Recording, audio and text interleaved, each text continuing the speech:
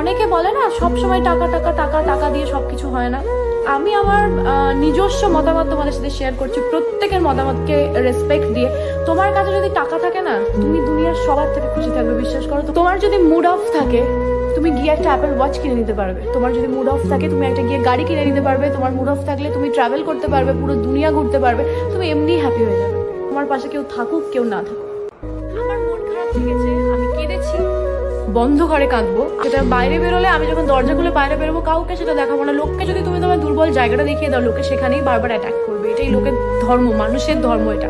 আমি ছোটবেলা থেকে বহু মানুষকে দেখেছি, বহু মানুষকে পাল্টে যেতে দেখেছি, বহু মানুষকে ভালো হতে দেখেছি। বহু খারাপ বন্ধু ভালো বন্ধু হয়ে গেছে, আর ভালো বন্ধু খারাপ বন্ধু হয়ে গেছে।